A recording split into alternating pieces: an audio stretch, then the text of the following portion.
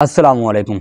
जैसे कि मैंने आपको बताया है कि आज की वीडियो में हम जो है कद्दू की फार्मिंग के बारे में बताऊंगा आपको। कद्दू की पनीरी को कैसे हम अपनी मेन फील्ड के अंदर ट्रांसफ़र करते हैं। इसकी शनाख्त जो है 2 से 3 तरीक़ों में की जाती है। पहले आपने जब इसकी पनीरी तैयार कर ली, ट्रे में कर लें, आप ज़मीन नॉर्मल बेड में कर लें।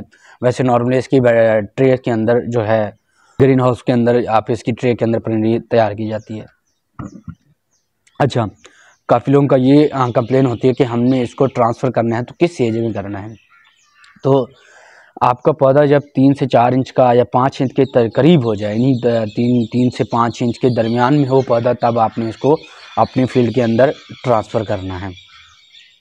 इसकी भी वजूहात है, मैं आपको बताता हूँ। अच्छा, सबसे पहले इसकी आपने जो मोस्टली लोग इसको जो है रॉज़ में लगाते हैं, कुछ लोग बेड में लगाते हैं। तो आपका इसका रॉ का रॉ डिस्टेंस जो होना चाहिए वो कम से कम आपका कहने के 10 फीट 8 फीट होना चाहिए, ताकि आप अपनी जो है ये बेल क्रॉप है, इसको फैलने में जितनी ज़्यादा जगह मिलेगी उतनी ही ज़्यादा ये ब्रांचेस फैलाएगा, उतनी ही ज़्यादा ये फ्रूटिंग करेगा, उतनी ही ज़्यादा इसके फ्लावर आएंगे, जिससे आपको प्रोडक्शन बहुत अच्छी मिलेगी।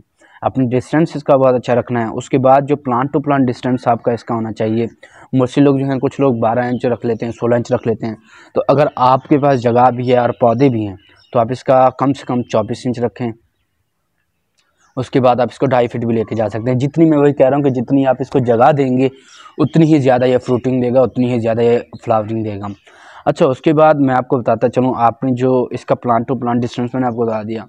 उसके बाद मैंने आपको बताया कि आपने 3 से 5 इंच के दरमियान पौधा क्यों ट्रांसफ़र करना है फील्ड के अंदर। इसका बेसिकली टेक्निक ये होती है कि जो छोटा प्लांट होता है ना, वो अपनी नशोनुमा कर रहा होता है। छोटे प्लांट के अंदर क्या होता है, पहले बात ये कि रूट को वो जर्मिनेट कर रहा होता है, रूट बना रहा होता है। जैसे हम एक जगह से दूसरी जगह उसको लाएंगे ना, तो रूट वो बना रहा होता है। तो अगर थोड़ी बहुत रूट उसकी टूट भी गई है, या आप कह लें कि छोटा प्लांट होता है ना, उसको आप जैसे ही मिट्टी से निकालेंगे या ट्रे से निकालेंगे, उसकी रूट उसी मिट्टी के अंदर ही होंगी, छोटी छोटी रूट होती हैं। जैसे आप उसको थोड़ी सी उसी मिट्टी के साथ ज़मीन के अंदर ट्रांसफ़र करते हैं तो वो उन्हीं रूट को फैलाना शुरू कर देता है। तो ये कि उसकी स्ट्रेस कम होता है। उसके अलावा ये है कि उसको मतलब कह रहे रिकवर होने में बहुत कम टाइम लगता है, उसके डैमेज होने के चांसेस बहुत कम होते हैं, क्योंकि जो बड़ा प्लांट होता है ना, वो रूट बहुत ज़्यादा स्प्रेड कर चुका होता है। और हम जो है उसको कह लें कि हार्वेस्ट नहीं कर सकते, एक जगह से दूसरी जगह ट्रांसफ़र करने में मसला होता है। अगर उसकी एक आधी रूट जो डैमेज हो गई तो ये कि उसको रिकवर होने में काफ़ी टाइम लग जाता है, जो हमारी प्रोडक्शन में बड़ा इम्पैक्ट पड़ता है। वो मैं बताऊँगा कैसे पड़ता है इम्पैक्ट। तो अगर उसकी रूट टूट गई तो ये है कि पहली बात ये कि पौधा ही डैमेज होने के चांसेस होते हैं। अगर वो रिकवर भी होगा तो 10, 15, 20 दिन ले जाएगा वो रिकवर होने में, जिससे हमारे प्रोडक्शन पे इम्पैक्ट पड़ता है। तो कोशिश आपने करनी है कि जब छोटा प्लांट हो तब आपने इसको ट्रांसफ़र करना है। प्लांट टू प्लांट डिस्टेंस बहुत अच्छा रखना है, ज़मीन बहुत अच्छी तैयार करनी है ताकि वो अपनी रूट को ईजिली पेनिट्रेट कर सके।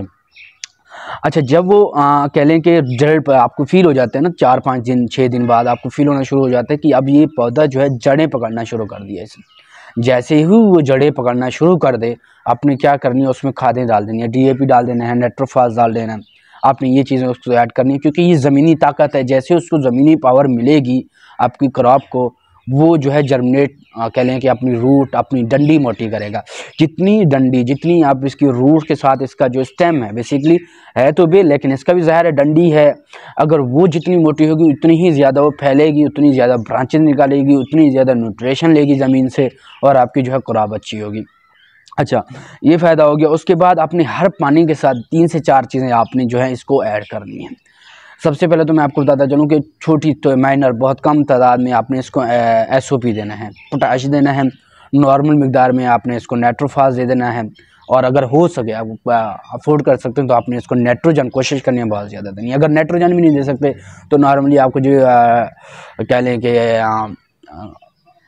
काओ, या कह लें कि ये गाय भैंस का जो गोबर वगैरह होता है, ये अभी आप इसको डाल सकते हैं। ये भी बड़ा बेनिफिट होता है। इसके अंदर काफ़ी चीज़ें होती हैं, नाइट्रोजन होता है, नाइट्रोफॉस होता है, पोटैश होता है। इसके अंदर 7 से 8 ऐसी चीज़ें हैं जो आपको मतलब कह लें कि केमिकल खाद वगैरह यूज़ करने की ज़रूरत नहीं है। अगर आप वो अफोर्ड नहीं कर सकते तो ये तो आपको नॉर्मली मिल जाती हैं, आपको इधर उधर से अगर सस्ते में मिल जाती है। ये आप इसमें अगर स्प्रेड करें और सही से इसको ज़मीन के अंदर मल्चिंग कर दें तो ये आपके लिए बहुत ज़्यादा बेनिफिट है। उसके अंदर बाद इसके ऊपर जो है इंसेक्ट आने के चांसेस, वैसे इसके अंदर बहुत कम इंसेक्ट आते हैं, बहुत कम इंसेक्ट आते हैं। वैसे नॉर्मली इसके अंदर आ जाए जैसिड एफिड आ जाता है, या थ्रिप्स आ जाते हैं। अगर जैसिड एफिड आ गया इसके ऊपर तो आपने जो है इसके ऊपर, और अगर इसके जैसिड एफिड आ जाए तो आपने इसके ऊपर जो है जेनिटॉक्सिन हो गया, कॉन्फिडोर आप इसके ऊपर स्प्रे कर सकते हैं और ये बहुत अच्छे इसके लिए मौसर हैं और ये बहुत ज़्यादा इसको इम्पैक्ट करते हैं। अगर आपके थ्रिप्स आ गया, नॉर्मली थ्रिप्स भी आता है इसके ऊपर, तो थ्रिप्स के अगेंस्ट आपने जो है पैरेट इस्तेमाल करनी है। उसके अलावा पैरेट इस्तेमाल करनी है। पैरेट के बाद आपने फॉक्सल इस्तेमाल करनी है। 36 जो है आपने 200 ml लेके इसको आपने स्प्रे कर देनी है। इससे ये है कि आपके इंसेक्ट जो है कवर हो जाते हैं। उसके बाद आपने अगर आप इसको जो है अल्ट्रीसोल भी दे सकते हैं, 1844 दे सकते हैं, एक्स्ट्रा नाइट्रोफास दे सकते हैं। ये आप अगर इसको फ्रूटिंग आप बहुत अच्छी लेना चाहते हैं तो आपने इसको 10 kg पर एकड़ के हिसाब से आपने इसको दे देनी है। अगर आपके पास कम है तो आपने ऐसा करना है कि जो रूट्स हैं, जिसकी जहाँ से वो रूट निकाल रहा है उसके अराउंड थोड़ा थोड़ा आप डाल दें तो वो आपके लिए बहुत ज़्यादा बेनिफिट होगा, क्योंकि आपने डिस्टेंस बहुत ज़्यादा दिया होता है 18 इंच 20 इंच, क्योंकि जब फ्रूटिंग स्टेज आने वाली होती तो आपने इसके बीच में कोई क्रॉप नहीं लगानी होती। वीड्स आ जाते हैं तो आपने इसको ये फ्लडिंग कर देनी होती है। अच्छा, उसके बाद जो आपने डिस्टेंस छोड़ा हुआ है उसके बीच में इंटरक्रॉपिंग नहीं करनी है। इसकी इंटरक्रॉपिंग नहीं करते क्योंकि इसका न्यूट्रिशन डिवाइड हो जाता है फ्रूटिंग स्टेज में, इसको न्यूट्रिशन बहुत ज़्यादा चाहिए होता है। तो आपने इसके अंदर वीट का बहुत ख्याल रखना है। वीट कोशिश करें कि आप वीट हाथ से होइंग करें। जितनी आप हाथ से उसकी होइंग करते हैं ना, आप तकरीबन कह रहे हैं कि 60 दिन के अंदर 6 से 7 दफ़ा अगर इसकी होइंग करेंगे तो इससे ये है कि आपकी क्रॉप को बहुत अच्छा फ़ायदा होता है। अच्छा भाई, लोग कहते हैं कि इससे फ़ायदा क्या होगा, इससे अच्छा हम केमिकल इस्तेमाल कर लें। अच्छा, केमिकल इस्तेमाल करने से ये है कि आपकी वीड्स ख़त्म हो जाते हैं। उसके अलावा ज़मीन के अंदर जहर फैलता है, जिसकी वजह से आपकी क्रॉप के ऊपर क्या होता है, इम्पैक्ट होता है। देखिए ना, आप केमिकल है, जहर है, जहर तो इम्पैक्ट करेगा, जहर तो इम्पैक्ट करता ही करता है, जिसकी वजह से आपकी मोस्टली आप लोगों ने चेक किया होगा, अगर आप स्प्रे करते हैं तो क्या होता है कि आपकी क्रॉप के लीव्स हल्के हल्के येलो होना शुरू हो जाते हैं।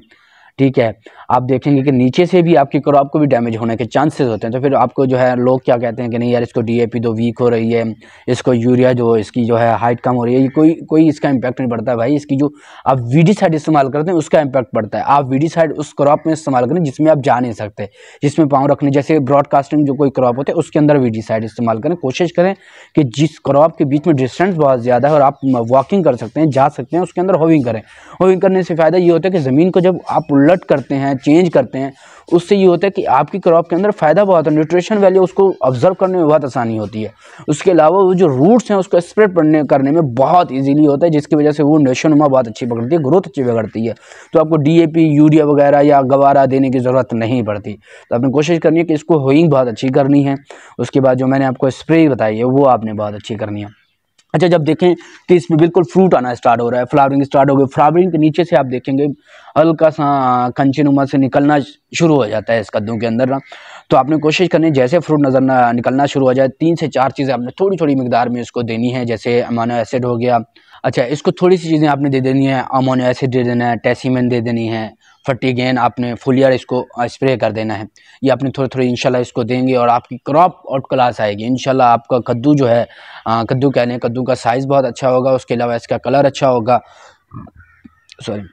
इसका कलर अच्छा होगा। अच्छा, बात अब आ जाती है कि भाई स्प्रे कर लिया, थ्रिप्स से बचा लिया, सारी चीज़ें कर ली, अब इस पे जो है हमें फ्रूट की पैसे अच्छे क्यों नहीं मिल रहे।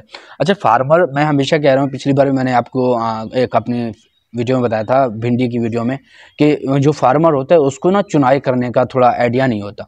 वो कहता है कद्दू थोड़ा बड़ा हो जाए तो उसका वेट बढ़ जाएगा, ठीक है, छोटा है तो उसका वेट नहीं बढ़ेगा।